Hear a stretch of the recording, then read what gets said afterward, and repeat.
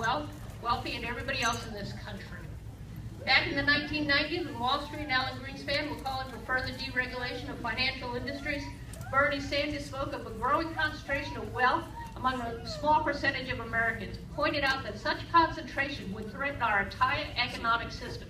He challenged that having virtually no controls on Wall Street would lead us to a major economic crisis. Alan Greenspan and others expressed their faith in the ability of Wall Street to police itself. I'm sorry to say Bernie Sanders was right. Wall Street and their friends in Washington brought us to the brink of a financial global collapse almost 7 years ago. Senator Sanders is the longest serving independent in Congress. He's often described as the conscience of Congress.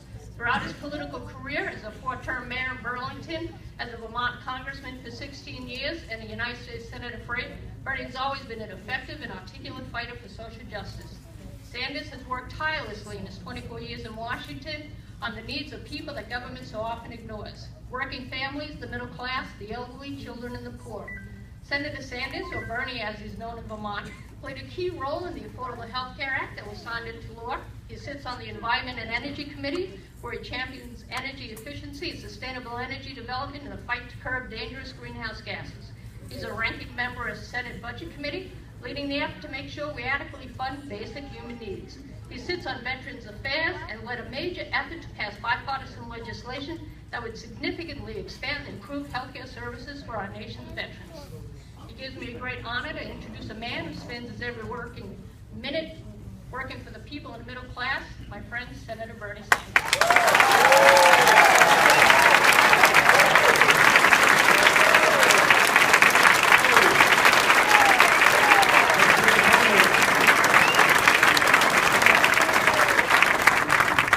My apologies for being late. We've been running late all day. I was on George Stephanopoulos' show in the morning, then we got late to Rochester, and then we were late to Durham, and here we are late again. So we've been consistent anyhow. What we're going to do today is something pretty radical. We're going to practice democracy. Radical idea nowadays. And we're going to talk about the most important issues facing this country. We're going to talk about how we can resolve those issues. Let me begin by telling you what no other candidate for President of the United States will tell you.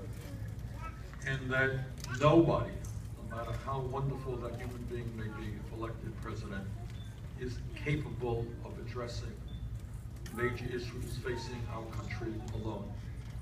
What we need in this country, and I say this not rhetorically, I say it from the bottom of my heart, we need to transform our political system. We need a political revolution which demands that the United States government start representing the middle class and working families of this country, and not just the wealthy and the powerful.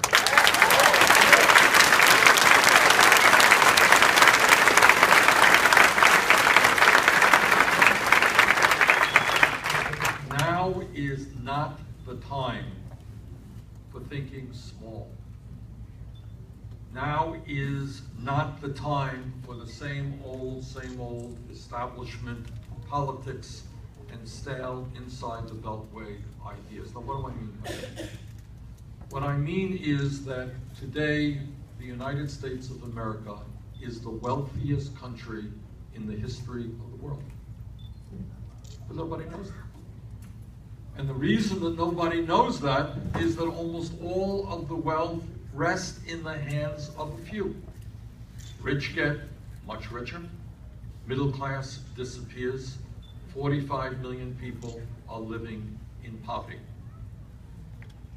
What we need to do is ask ourselves, in the richest country in the history of the world, not whether we're going to cut education by 2% or 4%, but how we're going to make sure that every kid in this country is able to go to college as a right, regardless of his or her income.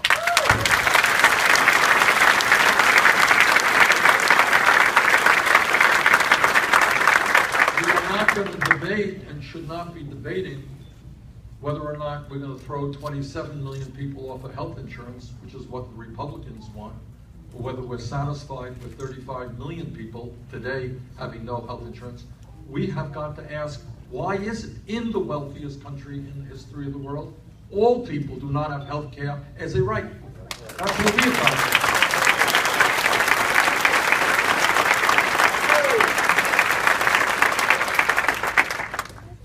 Today, we live in a country in which we have, by far, not even close, the most unequal distribution of wealth and income of any major country on earth. And it is worse in America today than it has been since 1928. The issue of wealth and income inequality, to my mind, is the great moral issue of our time. Now, what do I mean by that? What I mean by that is, are we satisfied as a nation in which we are seeing a proliferation of millionaires and billionaires at the same time as we have the highest rate of childhood poverty of any major country on earth? Is that the kind of country we want to live in? I don't think so.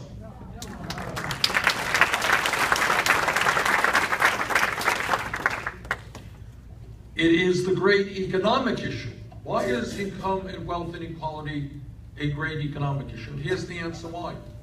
When so few have so much, and so many have so little, you do not have the kind of dynamic nation that you need, the kind of dynamic economy that you need, in which working people have the disposable income that they need in order to create jobs. If I have a decent income, I am going to go out and spend money. I'm going to buy goods, I'm going to go buy services, I'm going to go to a restaurant. And when I spend money, I am creating a job for you. And when you spend money, you are creating a job for somebody else in your community. But the reality is today that millions of people do not have any disposable income. And unless they have disposable income, we can't create the kind of economy that we need. And when we talk about income and wealth inequality, it is not only a moral issue, it's not only an economic issue, it is a political issue. Because the billionaires today are not putting their wealth under their mattresses. They are investing it in buying political candidates who will make the rich richer. And that we have got to stop.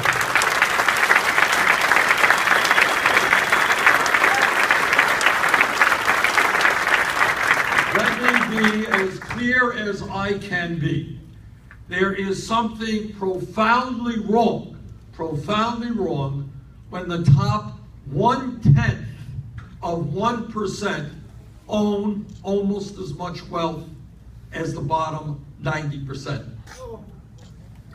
In the last 30 years, and it's important that Americans understand this, we have seen a huge transfer of wealth. You know, my Republican colleagues are very nervous when you talk about redistribution of wealth, right? Oh, that frightens them very much. But here's the reality. There has been, in the last 30 years, a massive redistribution of wealth from the middle class and working families to the top 1/10 of 1%.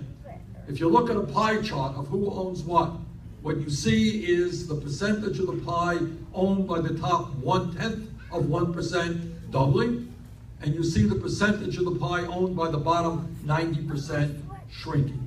And that is the reality of what has been happening in this country for the last 30 years. And it is time for us to say, enough is enough. They cannot have it all.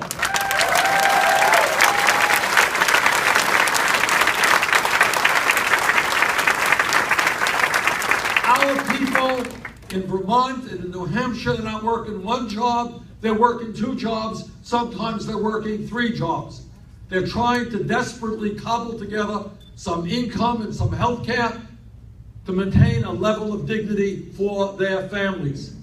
It is not acceptable, it is not sustainable for 99% of all of the new income generated today to go to the top 1%. That is wrong, and that has got to change.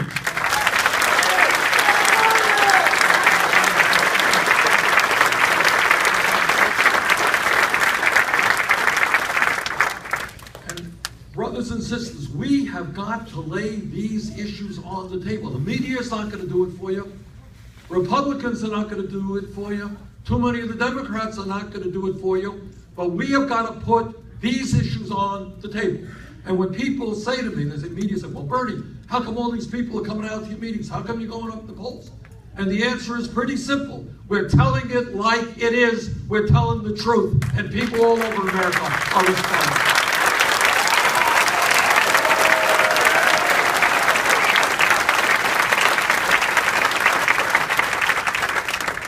So let me be very clear. When you have one family in America today, the Walton family, owning more wealth than the bottom 130 million Americans, that is unacceptable. And that has got to change. When you have, in the last 2 years, the 14 wealthiest people, 3, 6, 9, 10, 14 people, wealthiest 14 people in America saw their wealth increase by $157 billion in a 2-year period. That's not what they're worth. That is their increase in wealth in a 2-year period. That is more wealth than is owned by the bottom 40% of the American people. We are a wealthy nation, but it is unacceptable when so much wealth rests in the hands of so few, and so many people have virtually nothing. That has got to change.